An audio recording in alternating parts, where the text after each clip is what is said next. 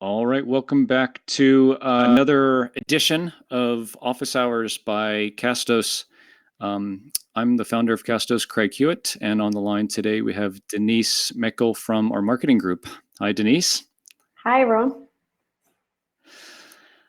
So for those of you who are just coming in, if you could do two things. First, say hi in the chat. So just drop in and say hi and where you are in the world today, where you're calling in from, if you will, in the radio parlance. And after you've said hi in the chat, if you could scroll down on your screen, if you're on your computer, to the poll we have here, because we're going to be talking about audience growth today. If you could say what has been kind of the most successful thing for you in growing your podcast audience. Hi, Eileen. Wonderful, Eileen. I think a lot of our customers have chatted with Eileen. Robin and Rob, awesome. Thanks for popping in. We're going to give another couple of minutes until a few minutes after the hour. And today we'll be talking kind of all about growing your audience. I'll be talking for about 10 or 15 minutes, similar format to what we had last week for those who were on our Office Hours webinar last week. And then the rest of the time will be reserved for question and answer. So if you have questions, also if you scroll down on your screen there in the webinar platform, there's a place for questions. Pop your questions in there. And after we get done with the kind of presentation part of things, we will tackle the questions as we go. Hey, Jeff. Jeff from Austin, wonderful place. Hook 'em horns.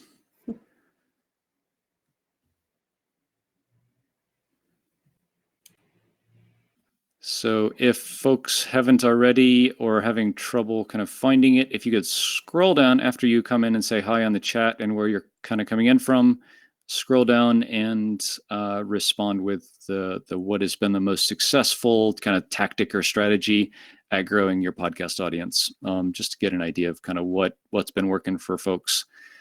This is, as we'll talk about, this is something that doesn't have a single answer. There's a lot of answers and it depends on a lot of things. But we'd love to hear kind of what's been working for folks thus far. That's our mascot, my dog, barking. Thank you. Rob, complete newbie, no worries. We will talk all about getting started, so no worries. You're in the right place. That's what Office Hours is all about. Charlie the dog is stressing me out here, but it's okay. Cool. Okay, we'll give it another couple minutes till folks get in and get settled. If you're just coming in here towards the time we're getting started, if you could pop in and say hey in the chat where you are in the world right now. And if you could answer our poll question, which is what's been the most successful thing you've done to grow your podcast audience. These are kind of just general categories. And we'll be talking about this as kind of our main topic for 10 or 15 minutes, and then we will go into your questions and answers.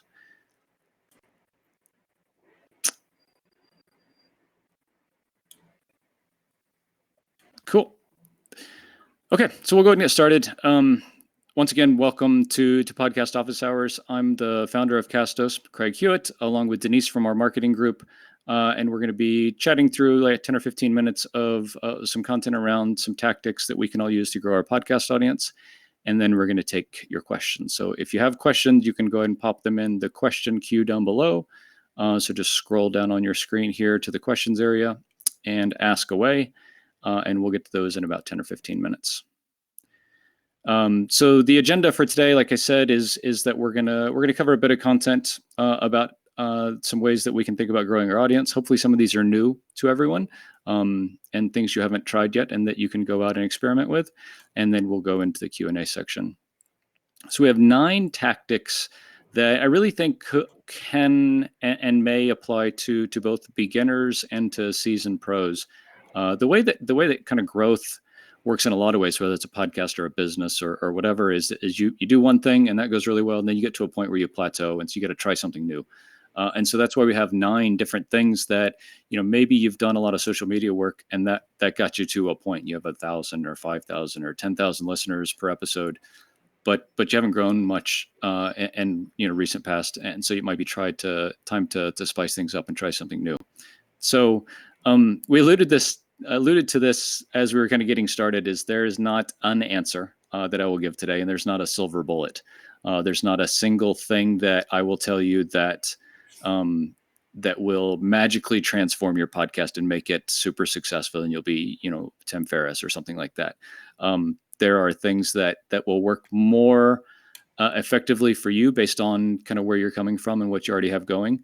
And so hopefully as we talk through these strategies and when they're effective, you'll say, yep, that one's for me, or this one's for me, and oh, this one's definitely not for me. But just a fair disclaimer here is we have there's no magic that we're selling here, but just some ideas to try. All right, so let's dive into the 9 tactics that any podcaster can use to grow their audience. The first one is networking. And I think that I put this one first because in a way it's like the most obvious, but in a way it's maybe the most overlooked, particularly in the business setting. So for those who are out there, podcasting for a business, you might say, who is going to listen to my podcast about my pool cleaning service?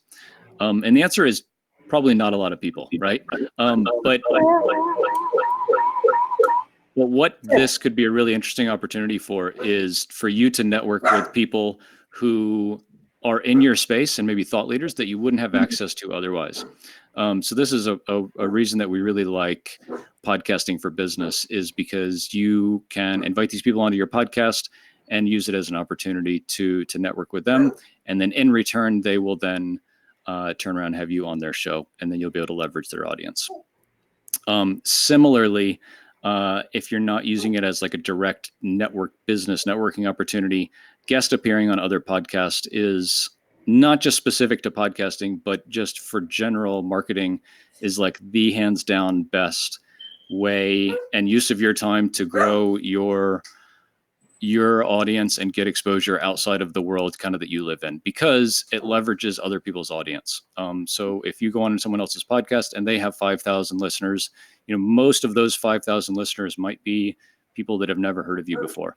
And after you go on this other podcast, they're going to be saying, well, I got to go check out Craig, or, oh, Denise's podcast episode on this other show I listened to is great. I got to go check out what they're all about. And something that is really effective with the networking approach is to always ask for more introductions to other shows or other people or other ways that you can get out there and share your message. The second one is something that you can kind of do up front, and in a lot of ways, maybe just kind of set it and leave it, but is really important, especially for beginners. And we had some beginners just getting started, is to optimize like the SEO characteristics of your podcast. So a lot of people say like a big problem with podcasting or a challenge is discoverability. And it really doesn't have to be. There's some really basic things you can do to set your podcast up for success so that people can find you in platforms like Spotify or Apple Podcast or Google Podcast or Stitcher. And the one that I think some people overlook is to be strategic about the categories that your podcasts are listed in. So for Apple Podcast specifically, you can have 3 different combinations of parent and child categories. And what we really coach people to do is to sign up and assign your podcast to very different parent and child categories, so that you're getting exposed to people that are looking in really different parts of the ecosystem there. So if you haven't done that already, or if you're on a platform like SoundCloud that only allows for one category for your podcast to be assigned to, get a different host because that's really like leaving a lot on the table. Earlier this year, maybe like April or May of 2019, Apple released some guidance around avoiding, keyword stuffing, putting a lot of extraneous keywords into your podcast, title, description, and author fields. People were doing this for a couple of years, and it was a pretty easy win to get some pretty easy SEO wins. And Apple realized this and said, okay, if you do this, we might delist your podcast. So don't go overboard with keyword stuffing, particularly the title and the author fields, but you can have some of these strategic keywords in there, and it just helps people find your podcast more easily. And then I think at a certain point, it might be worth considering if renaming your podcast is worthwhile. You know, if you had a really kind of esoteric name for your podcast to begin with, and it's not very descriptive, you might not be getting a lot of natural organic SEO traffic for your podcast through directories like Apple Podcasts. And so it might be time to consider renaming if that was the case. Joining podcast communities, I think, is the coolest way to really get started, and a great way to meet other podcasters. We have a podcast group in Facebook called Podcast Hackers. So if you're not already a part of that, head over to Facebook and just Google Podcast Hackers and join there. There's a lot of discussion around how to get started, how to grow your audience, how to monetize, things like that. And the spirit there really is to learn together. So we're in there, our team is in there talking about things, but also everyone else is in there kind of throwing ideas around and sharing what they're learning and what's maybe not working with their podcast. I have in here when appropriate to share your content, because there are times when it's appropriate to share your content, but this is not a place to just spam the group about every episode that goes out. In our group, those people will get removed pretty quickly because that's not what it's about. And then I think, podcasting is a really cool medium, but it's kind of a long game and can be challenging sometimes. And so I think it's important for us all to be inspired and motivated. And so communities like this help keep us engaged, help keep us creating content and trying new things to serve our audience better. Paid advertising is, I think, one of the most interesting things about audience acquisition that a lot of people have a lot of success with. And I think that it's something that's not done a lot, which is why it's still really successful for a lot of people. But the idea here is basically you can run ads on something like Facebook or Instagram.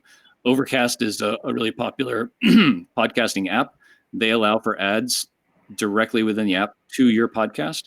And then things like a local or a trade publication. So if you're running a more locally focused podcast, something to think about. And then in terms of search engines, Google is obviously the big one, but Quora is a really interesting option for some folks, because it's more of like a question and answer thing where somebody posts a question and you can target to specific questions or specific keywords or topics within Quora. So this might be an interesting way to look at paying to acquire visitors to your site, and then you can convert them into listeners. Leveraging organic social media, I think, is something that if you already have a strong social media presence, this is the one that makes the most sense. This is probably how you would consider getting started anyhow.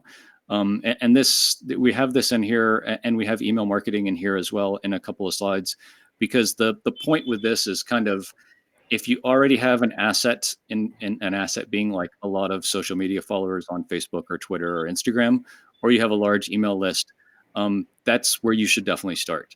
And that's where you're already connecting with people, so they're going to be most receptive to hearing your message. And it's just like kind of a low friction way to get started with growing your audience. And if you're just starting out, this is definitely the way to go. Along a similar line, like there's no sense in like reinventing the wheel and going and finding a whole new audience if you already have one. So if you already have blog traffic, or you already have email subscribers, you're a YouTuber, that's the place you should be talking about your podcast, and then funneling people from this, from one type of content over to your podcast. Creating a community around your podcast is, I think, in the long run, and maybe like if you really want to scale your podcast up to a really significant level, this is the place to invest the time in and energy. And the reason is, like, podcasting is a really interesting medium because, like, we talk and our audience listens, and there's no dialogue, right? There's no back and forth. There's no bouncing ideas around or seeing how people feel about what you're saying. And a community in whatever form you want to use is the answer to that, right? It's the discussion in between episodes that can help facilitate this multi-way conversation that maybe you're starting within the podcast episode, and then you can continue it somewhere else, because just the medium of podcasting isn't conducive to this. A Facebook group is something that we've seen a lot of people be really successful at, and creating a strong community. So it's definitely worth considering. Giveaways is something that I would probably reserve maybe just for the launch period of a new podcast. It's not something I would do on a regular basis, maybe like once a year or something. And the idea here is there are these tools that run like viral giveaways. And you could say something like, I'm going to give an iPad away to, one lucky entrant, right? And so the idea is you're going to go get hundreds or thousands of people signing up for your email list, in the hopes of winning this iPad. And the challenge and the trouble really there is like then kind of bringing those people through to being listeners and being fans and things like that. But especially if you're starting from nothing or you have a small audience, this is a way to get a lot of kind of traction in your growth channels. And then it would be up to you though to take and convert those people to subscribers and audience members. But this is a cool way to really kickstart something if you're starting from scratch or you're rebooting your podcast or something like that. This will definitely move the needle in the short term. It's just a matter of kind of what you can do with folks after that. And the last one really is kind of a catch-all, and maybe this is a cop-out on my end, but it is just to think like a marketer. Marketing has a negative connotation for some folks. In my previous life, I was a salesperson, so that's like even worse. But I think that, if you have a podcast, it's because you want to share your voice with the world and with people in your kind of space, and to really feel good and comfortable about that, to say like, I'm creating this content and this content is awesome. And my potential audience is better off because they're hearing my podcast. And I think that if you can get your mind around that, then you'll start weaving it into all aspects of your brand, things that you're already doing.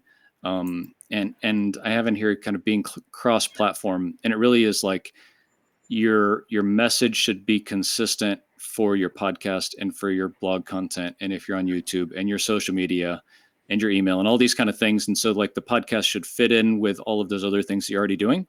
And think about promoting your podcast as much as you're promoting other things. It is kind of the message there. And I think if you look at really successful podcasters in your space or in a lot of spaces, the podcast is an integral part of things that they're already doing. And it's just woven right in. So those are the 9 tactics that I put together, and really they're ideas and they're things that you can try. These are all things that we could spend an hour talking about how to execute them, and there's a ton that's been written about all of this stuff.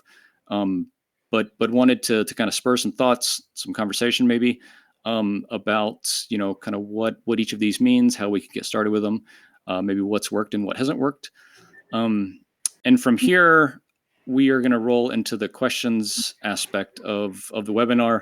And just like some kind of housekeeping stuff, if you haven't already, scroll down to the bottom of the page in the webinar software here and ask your questions.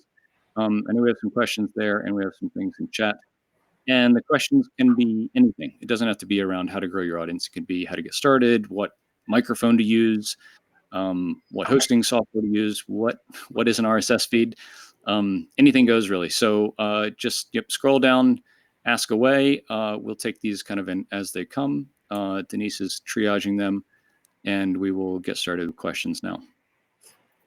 Great. So let's start with Leonard's question. He mentioned, how do I email other people in my podcasting space?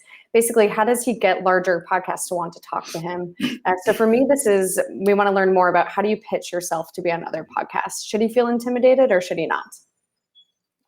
You should definitely not. And I think that the approach I would take here, Leonard, is I don't know what space you're in, but to go pitch Tim Ferriss tomorrow probably is not a great idea, right? But who is a person in your space that is maybe like one step ahead of you in this journey, and so they have a bigger audience than you do. They've been at this a while. They understand kind of what you're going through, and so they're it's two things. They're more kind of compassionate to where you are, and they're more likely to help you out by having you on their show. And this is the really key thing about guest appearing and having guests on your show, is it's not the name of somebody that is the most important always, right? So having a huge name, having Michelle Obama on my podcast is not necessarily the best thing for my podcast, because I mean, it'd be great. I would love to talk to her. And it would be a huge name to just have like all over the homepage of my website. But Michelle Obama is not going to drive a lot of other listeners and new audience members to my podcast. And the people that are going to do that are people that are really close to you and your audience and the phase of your kind of journey. And so those are the people that are going to make the biggest difference with growing your audience, is for you to guest appear on a podcast or have someone on your podcast, and hopefully they'll share it out on social media or an email or something. But people that are 1 or 2 steps ahead of where you are in your journey is both the easiest, but also will make the most impact on actually, growing your show. Great. So taking a step backwards, thinking more about hosting softwares and really just the basics of getting started, both Tammy and Terrence had questions on what hosting softwares to use and really what should they be looking for in a hosting software as they're doing their research. Yep. So try to be general here and not biased. So Castos is a hosting platform and would love for you to check it out if you haven't already. But that is a disclaimer. The kind of idea with the hosting platform is you need a place for your podcast to live. And that means 2 different things. One is you need a place to store your audio files or video, as Terrence is talking about, because Apple Podcast and Spotify aren't the place that you publish your podcast to. So you publish your podcast to the place where your RSS feed lives. And for a lot of people, this is their media hosting platform. So a platform like Castos, or you've heard things like SoundCloud or Simplecast, right? These are all media hosting platforms, and they're the place where the files actually live and where your RSS feed will be kind of created and where you can manage that. And then the RSS feed is the thing that then Apple Podcast and Stitcher and Spotify all read to then display information about your show. So that's really what to look for, kind of like why you need a hosting platform, is those 2 things: to store and distribute files to your listeners, and then to create and manage your RSS feed. And the things I would say to look for is you probably want to make sure that the hosting platform that you're going with is aligned with your goals. And so if you're publishing a lot of content, you probably don't want to have a hosting platform that has a cap on how much you can publish every month. If you want to do things like publish video, you want to make sure the platform you're choosing has video capabilities and not just audio. And then talking specifically about Castos, and this is kind of the same for some other platforms, is there are small differences in things that each of these platforms do. Like for instance, Castos, we have a feature called YouTube Republishing, where we take an audio only format, convert it to video files, and publish it to your YouTube channel for you. So this is a cool way to repurpose your content and allow you to reach a broader audience. All these people on YouTube that are searching for content and might stumble upon your podcast serendipitously. So those are the few things I can think of off the top of my head that I would really look at with a hosting platform, with being as objective as I can. Absolutely. Digging more into the video format, can you dig into the benefits of republishing your audio content to YouTube? Yeah, I mean, I think that the biggest thing is, well, there's 2 ways to go around video. One is to record video like this, and you can do that with like a webinar software or something like Zoom, or just record it locally, and then publish it to YouTube kind of directly. And that's certainly one way to do it. The other way to do it, as I kind of alluded to, is to use a tool like our YouTube Republishing, where all you have to do is record audio, which is easier because this is stressful and complicated, and it's a lot harder to edit video. If this was audio only, then the couple times when the dog was barking, we would have edited out, but we can't do that with video because it just is weird. So you can record just audio and then create a fixed background video file, basically, automatically, and it can get published to YouTube. And so that's what our YouTube republishing feature is all about, is allowing you to have the easy way to record just audio content, and then the content still ending up on YouTube so your audience can find you. And the goal really with all this is to distribute your podcast to as many places as possible, because you don't want to ask your audience to go find you in this little, unknown distribution place, right? You want to say, my podcast is everywhere you listen to podcasts or consume content. And so you don't have to go out of you can say to your audience, you don't have to go out of your way to find my podcast. Amazing. You touched a little bit upon editing, and Tammy had some questions just in general about editing. What are your best practices? What's kind of your ratio with recording to editing as you produce your own podcast? Yeah, that's a really good question, and a really good way to kind of frame the question or the topic. We So I edit my own podcast every once in a while. We have a team that does it sometimes too. And I spend about twice as long as the episode ends up being in editing. So if the episode is 30 minutes finished, I spend about an hour editing. And what I do is I use a tool called Audacity, and it's open source, means it's free, it's cross-platform, so it works on a Windows or a Mac computer. And I load up all the files in there. I have some templates put together so that I don't have to kind of start from scratch every time.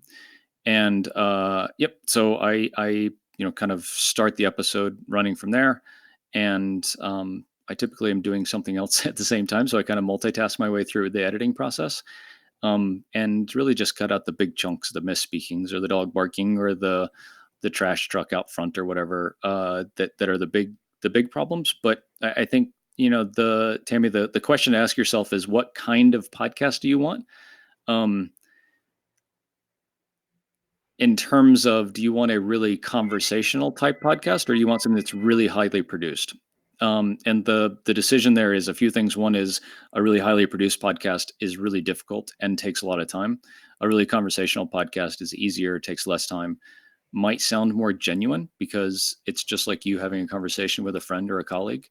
Whereas a really highly produced podcast can sound really weird if you're not really experienced with it. So there's not an answer, right? But that's kind of the decision making framework that I would use to kind of ask yourself those questions and then decide kind of where you want to go from there.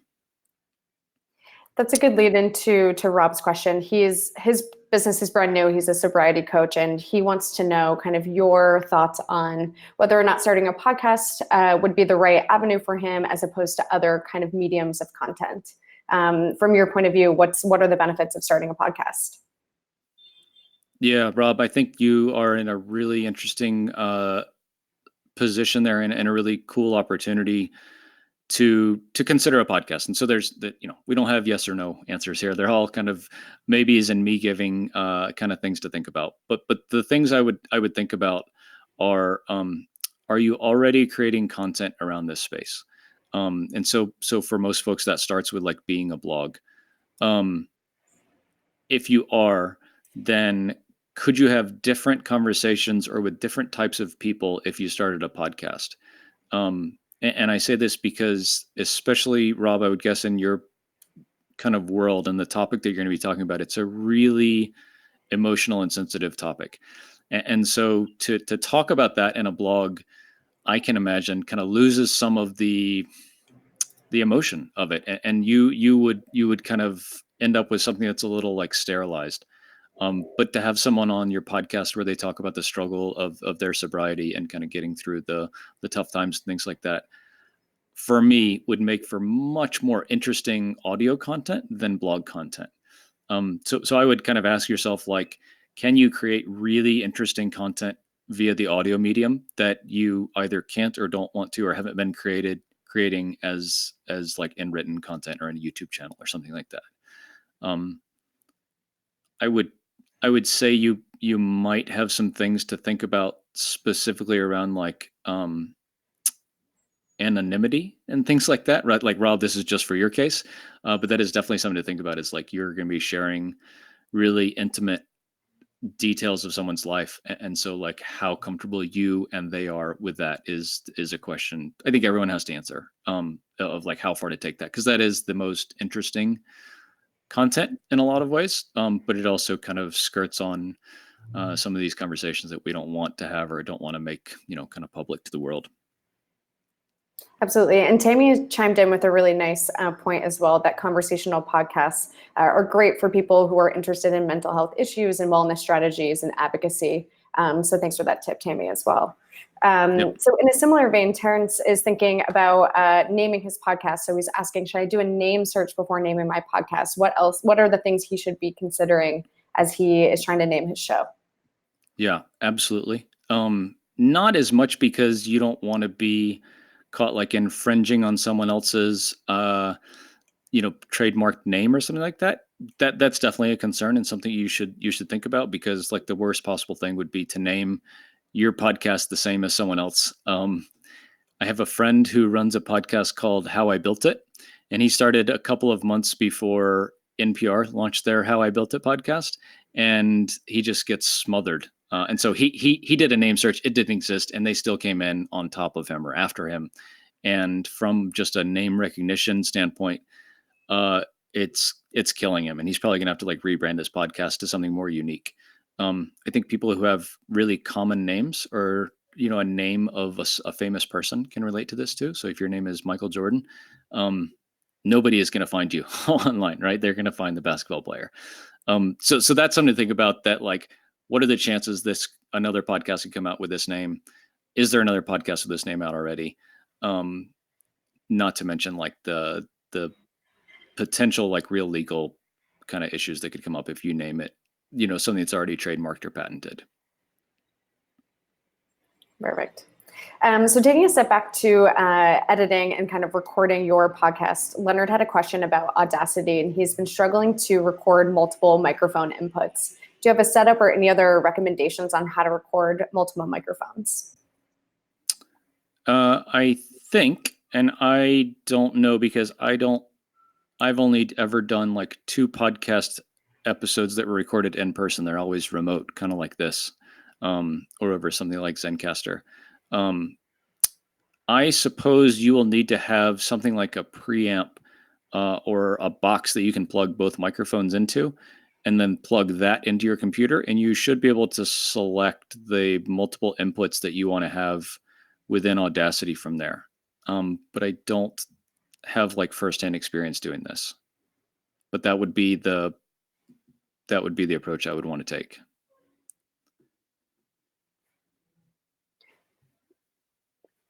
Great. Matt's chiming in with some additional tips as well. Thanks, Matt. So going back to taking another step back to naming, Tammy's asking if she should trademark her name, if there are benefits for that.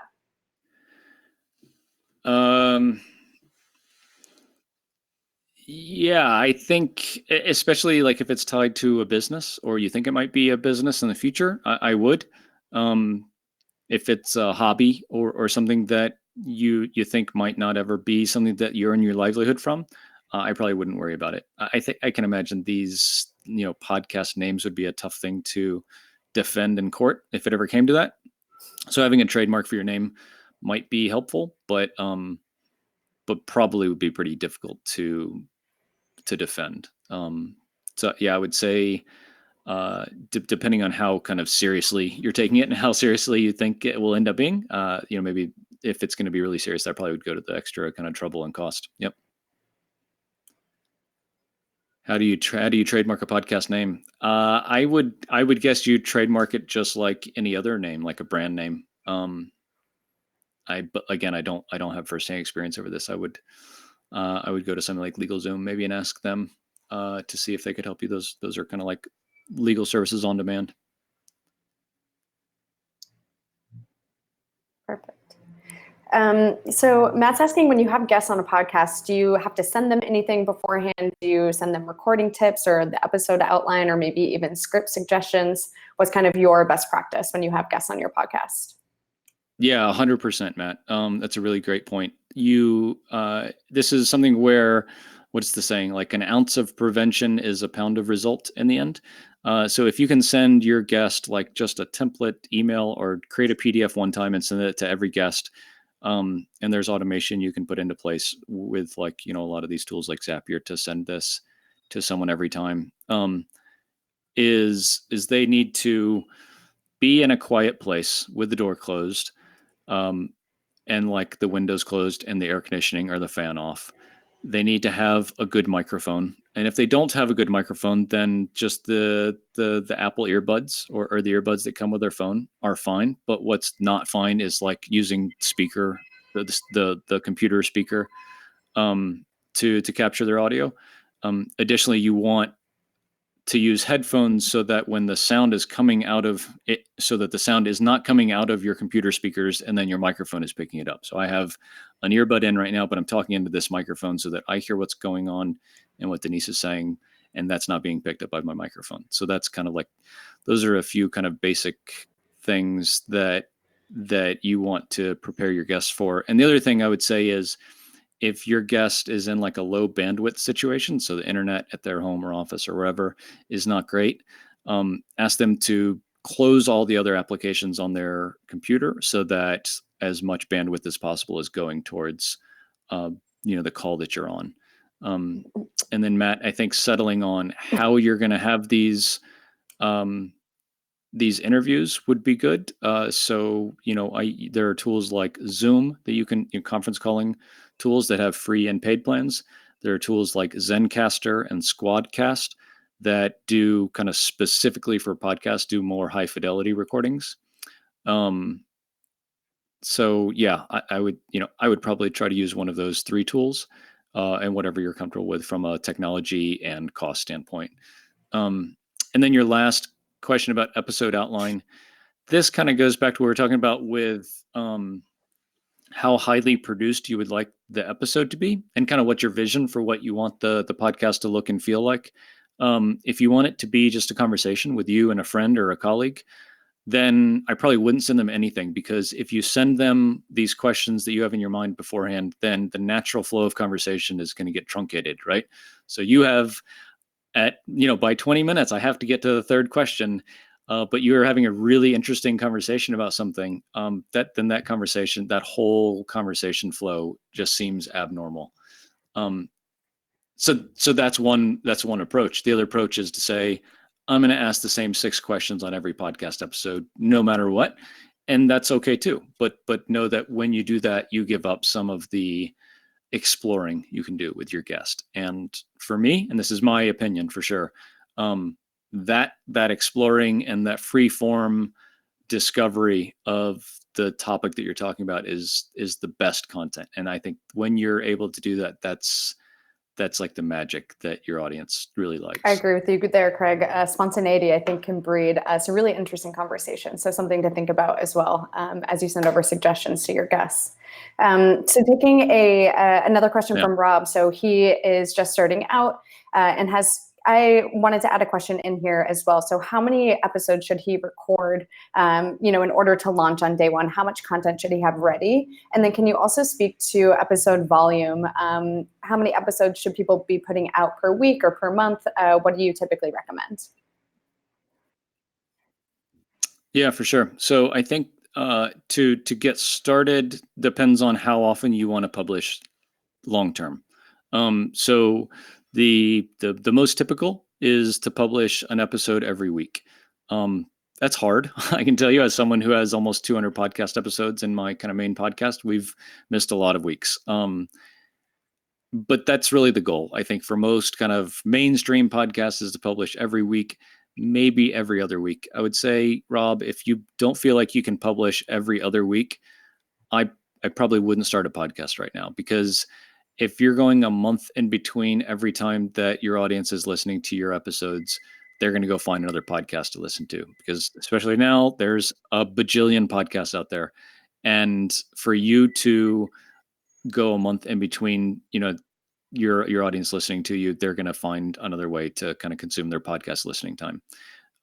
So to say you're going to have an episode a week or an episode every other week, the typical kind of best way to do this is to launch with 2 or 3 episodes on like your launch day. And then plus or minus, like with the optional, what we call episode 0. So episode 0 is like 5 minutes for you to say, hey, I'm Rob. This is my podcast. We're going to talk every week with, leaders in the pool cleaning space about whatever. And this is why you should be listening. And to find out more information, go to my website here or follow me on social media or sign up for my email list or whatever it is. And then episode 0 is just like an introduction to the podcast itself. And then you have 2 or 3 quote real episodes that will be coming out at that launch time. And then to follow up on the same day at the same time with your regular, release schedule after that. Great. So associated with your episodes, Tammy's asking about the best practices about having a summary of your podcast points or the script or other resources you may have referenced within your show on your podcast website. And then I would also suggest we take this a step further and talk about the benefits of having a podcast website, whether on WordPress or another website hosting software. Yeah. So I think the last one is definitely worth addressing first.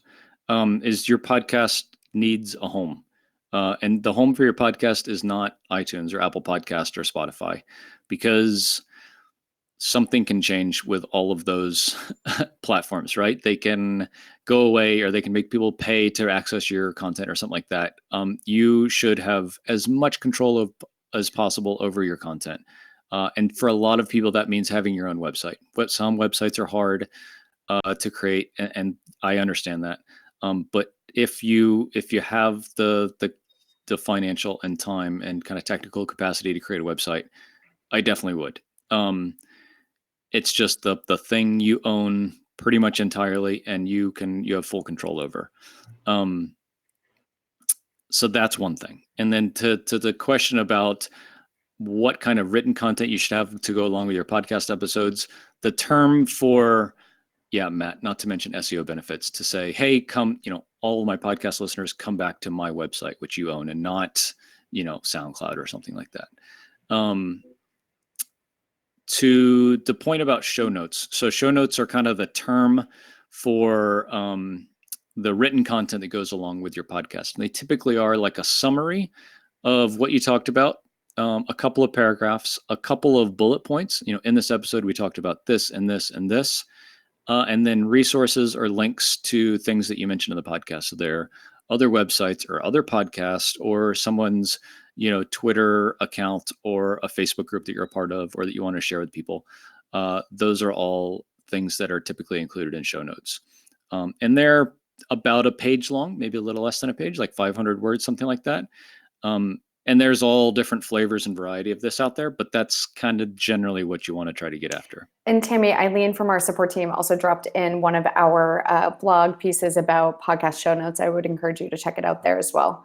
We have a lot of information. So Robin has a question about if you already have a podcast, but you've kind of fallen off the every other week format, maybe you haven't been as consistent as you wanted to be. How do you go about reintroducing your content? Do you start a new series, or do you just kind of explain and be pretty honest about the break during your recording your podcast?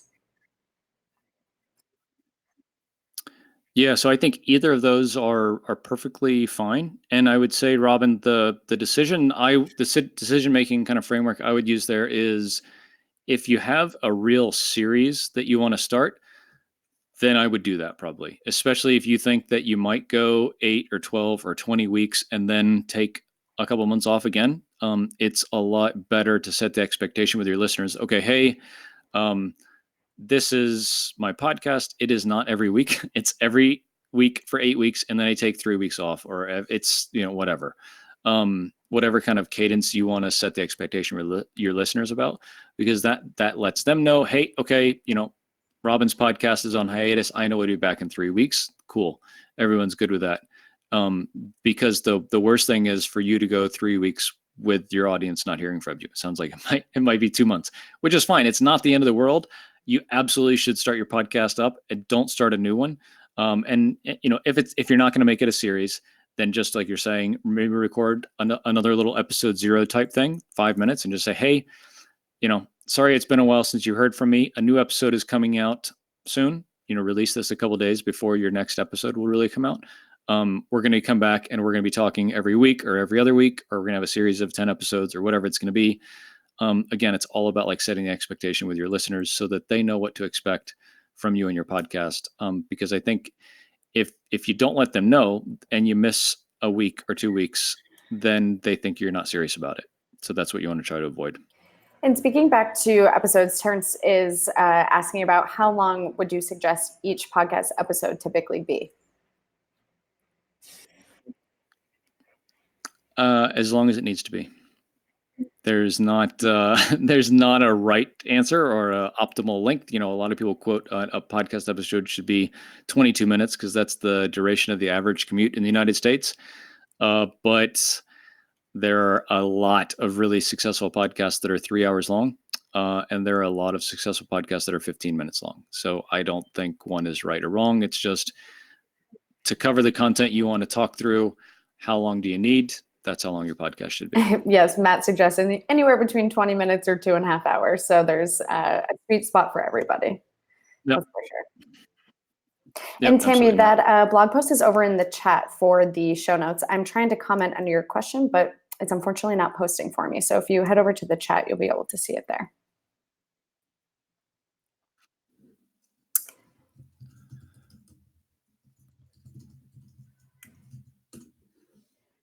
Okay.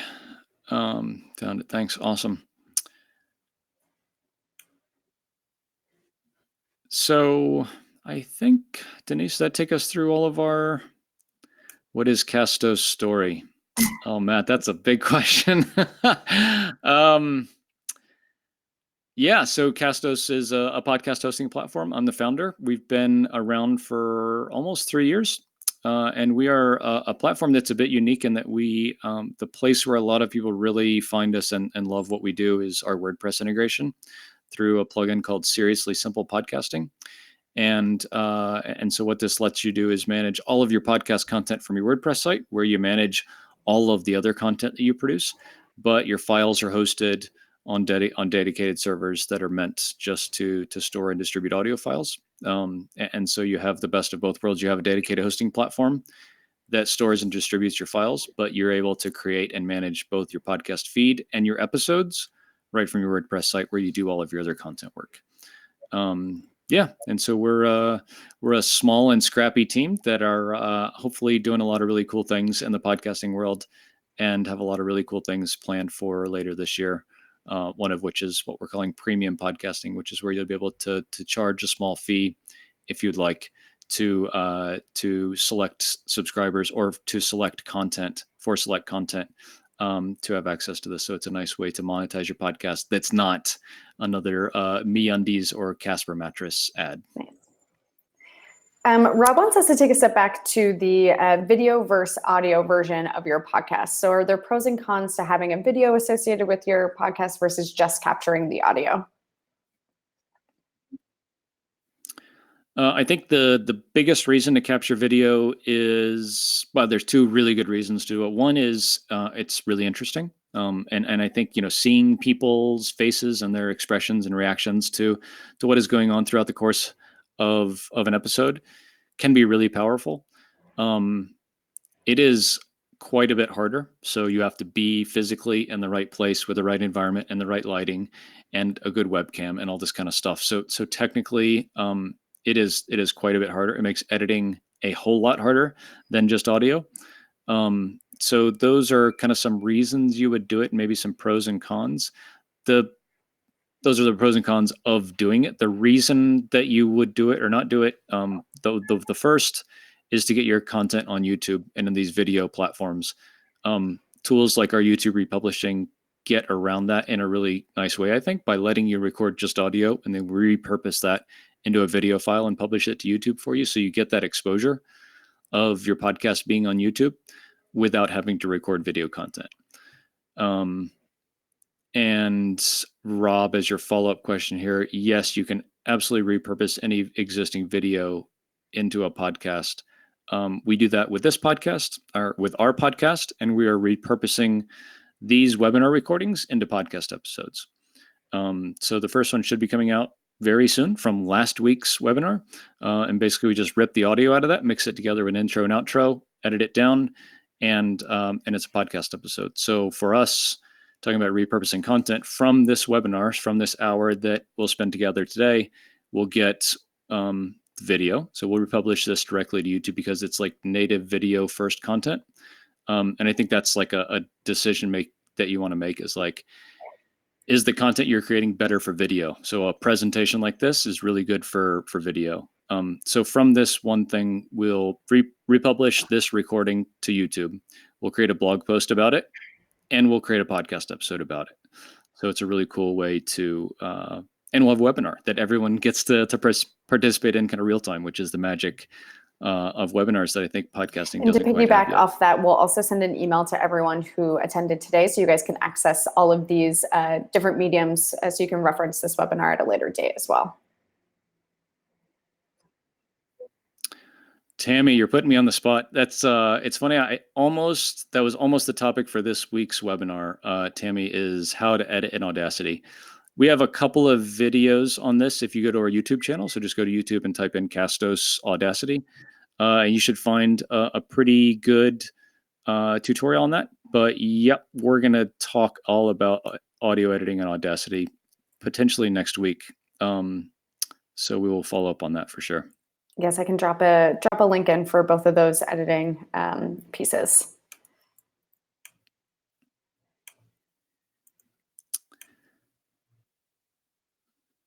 There's nothing quite as intimidating as doing a live demonstration on a webinar.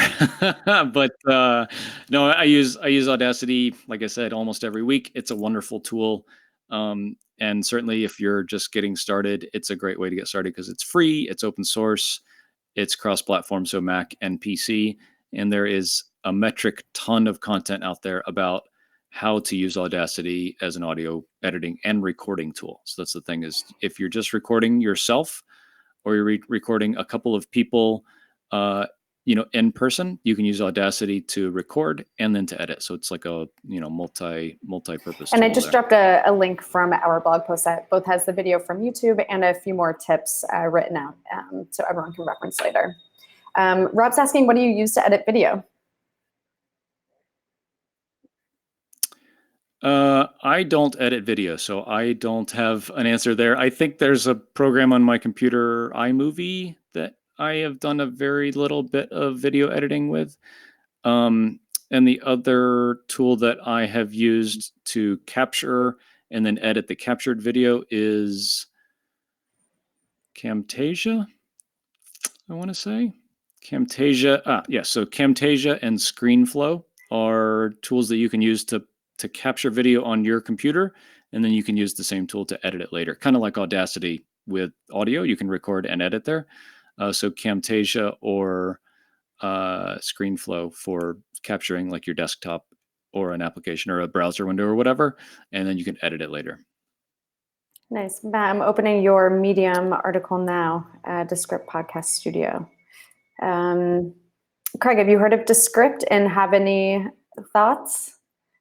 I have not heard of Descript, no.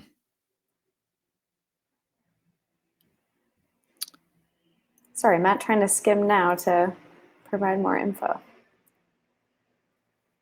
Oh, just announced today. Okay. Have to give that one a read. Yeah, so Matt, I can't, without kind of digging into more of what this is all about, I can't talk to it because I haven't used it. But yeah, there are a lot of tools, and increasingly just more and more all the time tools around there to make capturing high quality audio and editing and producing it and getting it out there to your audience easier for all of us. And so I think staying tuned to that market and what's going on there is and Craig, it looks like Descript helps with automatic transcriptions of your podcasting episodes. So can we speak to kind of how Castos helps in that space, and what are the benefits of having a transcription of your podcast episodes? Yeah, for sure. So, I mean, I think the reasons you would want to transcribe your episodes are twofold. One is for accessibility. So folks who are hearing impaired want to consume podcast content, but can't. And so to create a written version of your podcast episode in full length. So not show notes, which are like a page, but the whole thing. So like a 45-minute podcast episode would be like 15 or 20 pages in a Word document. So to give them access to your podcast content is really important. I think the other reason is SEO and kind of that digital footprint of your show. So if you're creating a 500-word show note summary of your podcast, that's great for like Google discovering the written content of your podcast on your website. But if you're able to embed a full transcript of the episode, then Google just has a lot more content to digest and to associate. Hey, Matt was talking about this specific thing at this part of this episode. I should probably, think this is more important than if you didn't have a mention of that one thing at all in your show notes.